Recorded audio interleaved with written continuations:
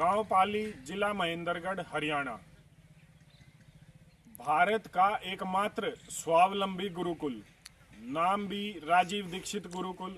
राजीव दीक्षित भाई से प्रेरित होकर कमल जी ने शुरू किया है 2018 में, और मात्र 2 साल में स्वावलंबी बन गया है। एकमात्र गुरुकुल है।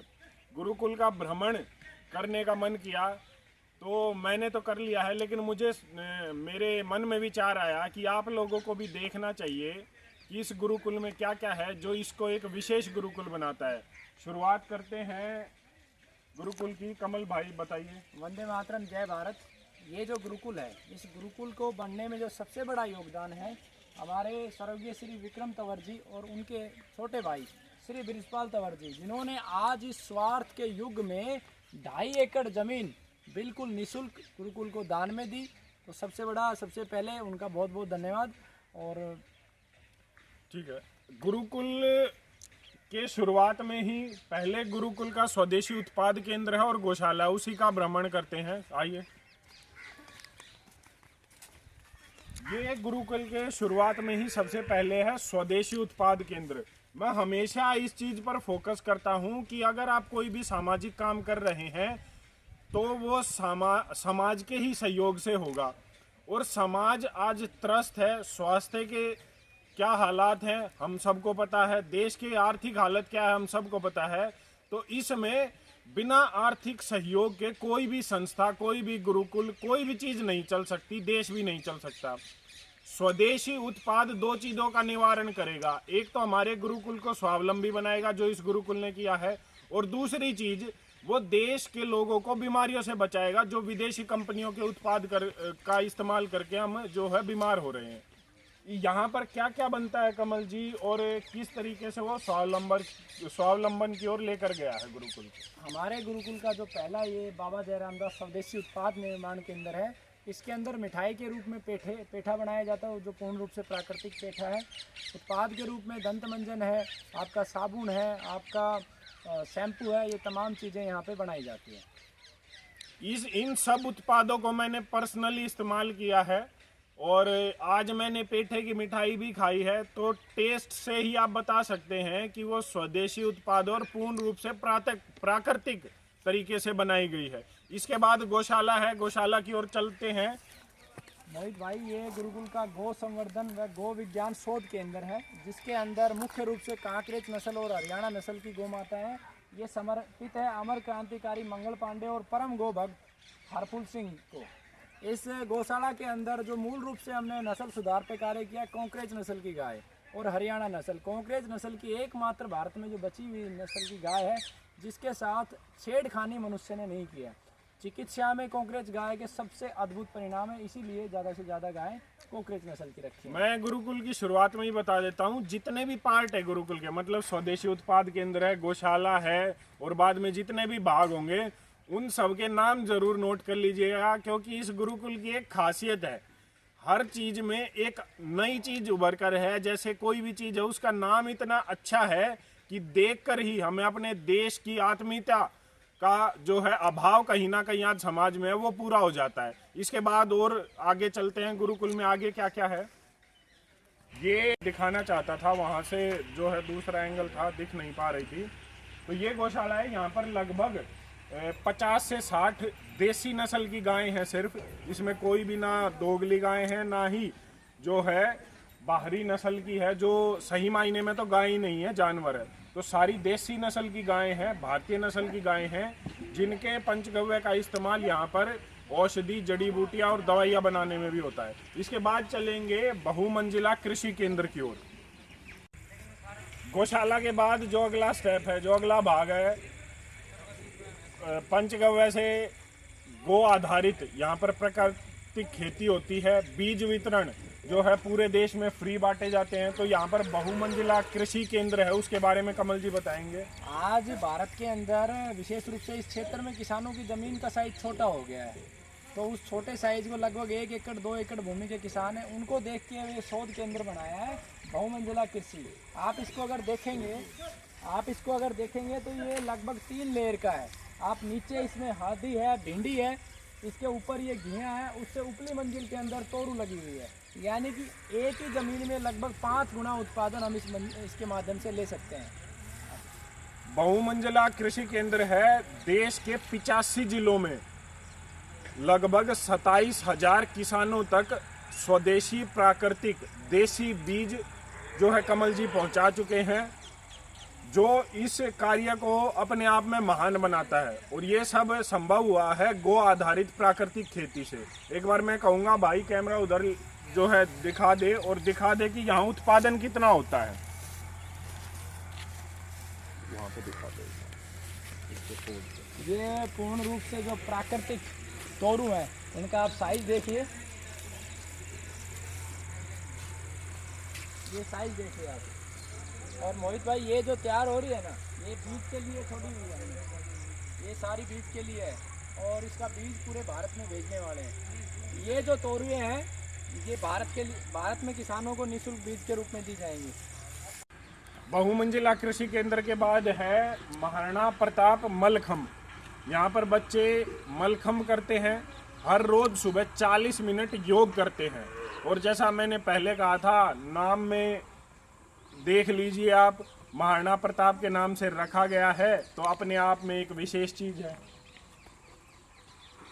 देखो, नाम का बहुत बड़ा महत्व है। नाम के साथ ही व्यक्ति के कर्म जुड़ जाते हैं और उसमें वीरता आती है। जब हम वीरता की कहानियाँ बच्चों को सुनाएंगे तो बच्चे उसी प्रकार के तैयार होंगे। आज तमाम जो टेलीविज़न के माध्यम से या स्कूल के माध्यम से बच्चों को जो बनाया जा रहा है, कार्टून दिखा दिखा के कार्टून तैयार हो रहे हैं, तो हमारा उद्देश्य ये है कि हमारे यहाँ पढ़ने वाला विद्यार्थी कार्टून ना बने, महाराणा प्रताप बने, आपका भगत सिंह बने और बड़े बड़े वैज्ञानिक बने, खिलाड़ी बने।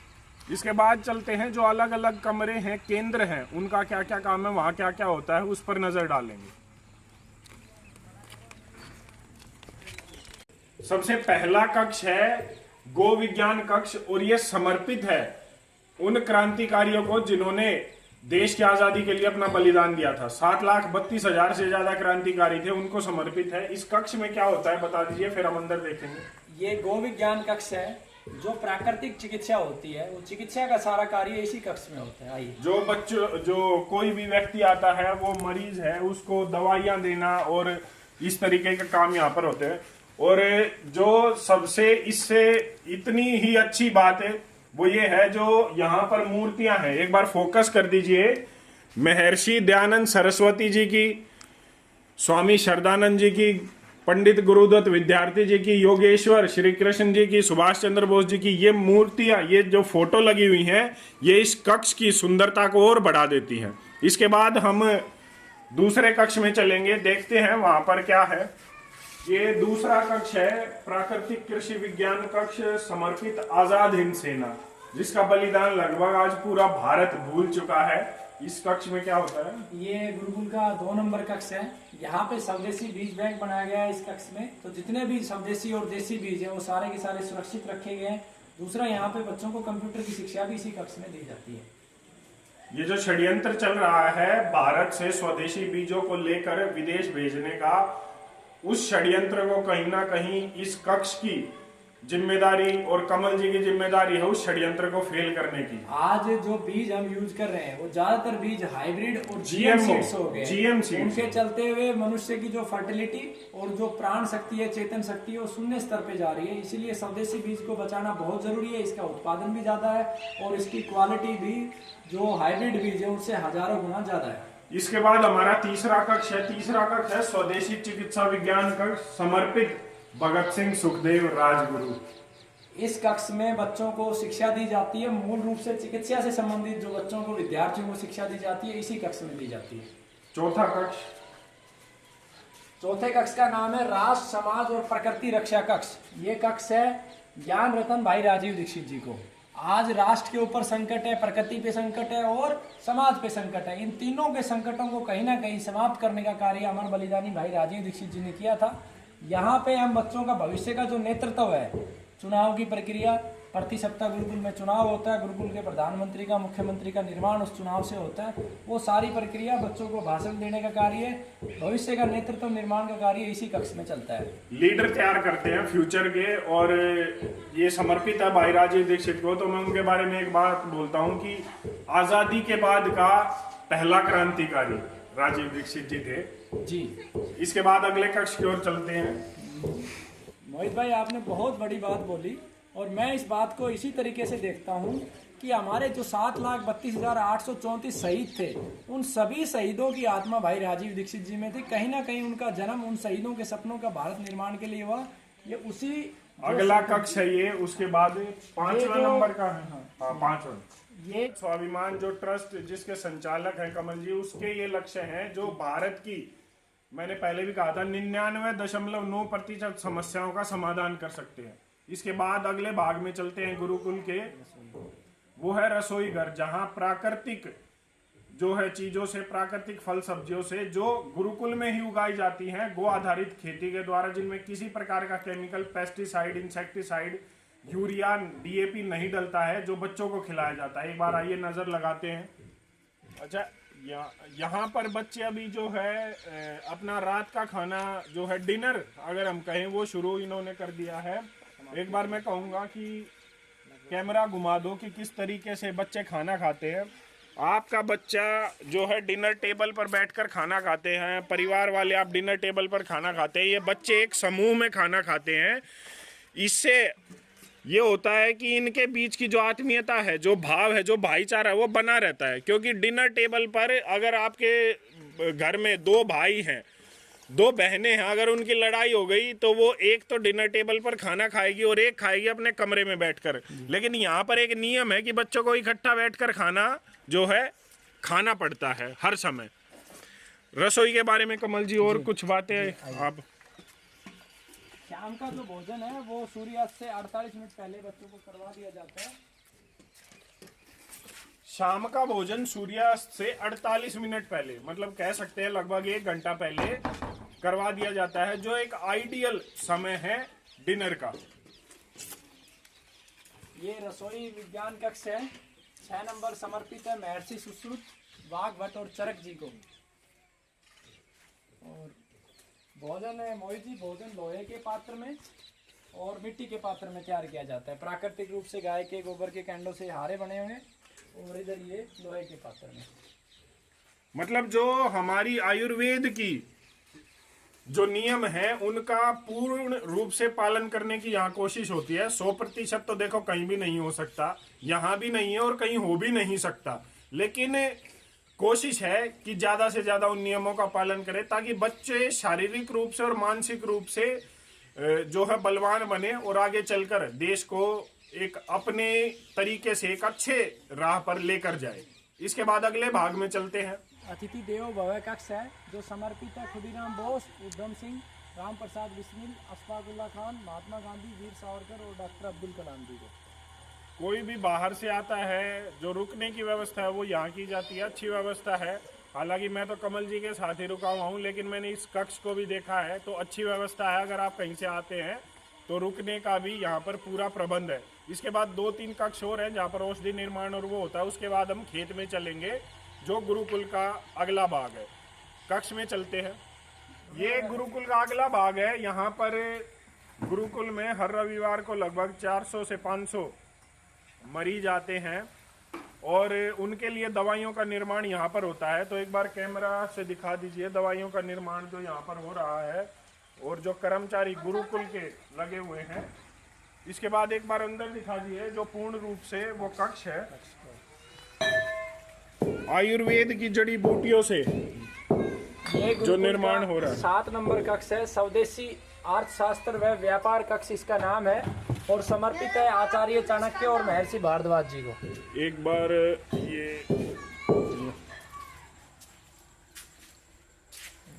हमारे रतनलाल जी हैं, जीवनदानी कार्यकर्ता, औषधियां निर्माण कर रहे हैं। औषधियां निर्माण इनके अंडर ही होता है और आयुर्वेद की जड़ी बूटियों से यहाँ पर औषधि निर्माण होता है जो कब्ज से लेकर कैंसर तक की बीमारियों में मददगार होती हैं। इसके बाद अगले भाग में चलते हैं। हाँ, एक ये जो अर्क केंद्र है वो रह गया है। एक बार अर्क केंद्र पर, ये अर्क केंद्र है गोमूत्र अर्क आयुर्वेद की लगभग सभी औषधियों में इस्तेमाल होता है और यहाँ पर निकाला जाता है। थोड़ा इसके बारे में बताइए। ये शुद्ध देसी नस्ल की गाय के गोमूत्र से अर्क तैयार किया जाता है, जैसा मोहित भाई ने बताया, कब्ज से लेके कैंसर पे काम आता है।